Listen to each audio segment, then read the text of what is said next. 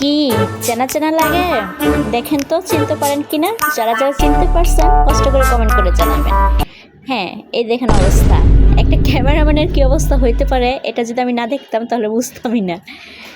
একটা ক্যামেরাম্যান যথেষ্ট কষ্ট করে একটা শ্যুটের জন্য, আর এই শ্যুটটা যদি না দেখতাম তাহলে বুঝতে পারতাম না। আসসালামু আলাইকুম, সবাই কেমন আছেন? আশা করি ভালো আছেন। ঘুরতে গিয়েছিলাম হচ্ছে আমাদের গাজীপুরে হোতাপাড়া খতিব খামার বাড়িতে। সেখানে গেছিলাম মূলত আমার শোয়ের শ্যুটিং দেখার জন্য।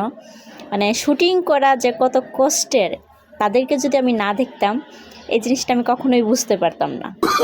যাই হোক, একুশিলায় দেখতে পাচ্ছি, দেখেন অবস্থা।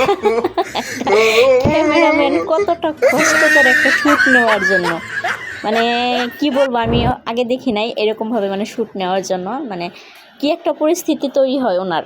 এই যে দেখেন, এখানে হচ্ছে নাচানাচি একটা গানের জন্য একবার না দুইবার না, প্রচুর পরিমাণে পরিশ্রম দিয়েছে ওনারা। আর গানটা ছিল আন্ডা খাইয়া ঠান্ডা হইব। আচ্ছা, এটা আমার শোয়ের মিউজিক ভিডিও ছিল, সেখানে দেখতে গেছিলাম, সেখান থেকে ভিডিও করা।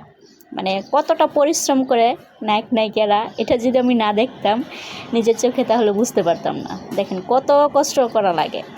আর আমরা তো অল্পতেই বাহিরে বিনোদন নিতে পারি, তাই না? কিন্তু পরিশ্রম যারা করে তারাই একমাত্র বুঝে যে আসলে কতটা কষ্টকর। যাই হোক, একুশিলায় আমি দেখতে পারছিলাম মানে কি একটা অবস্থা, মানুষগুলো কত পরিশ্রম করে। এদের জন্য সবসময় শুভকামনা, যারা আমাদেরকে বিনোদন দেওয়ার জন্য নিজেরা পরিশ্রম করে।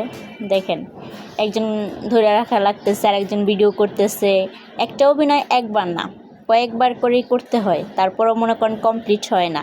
সারাটা দিন পরিশ্রম দিয়ে তারপর টাকা ইনকাম করতে হয়।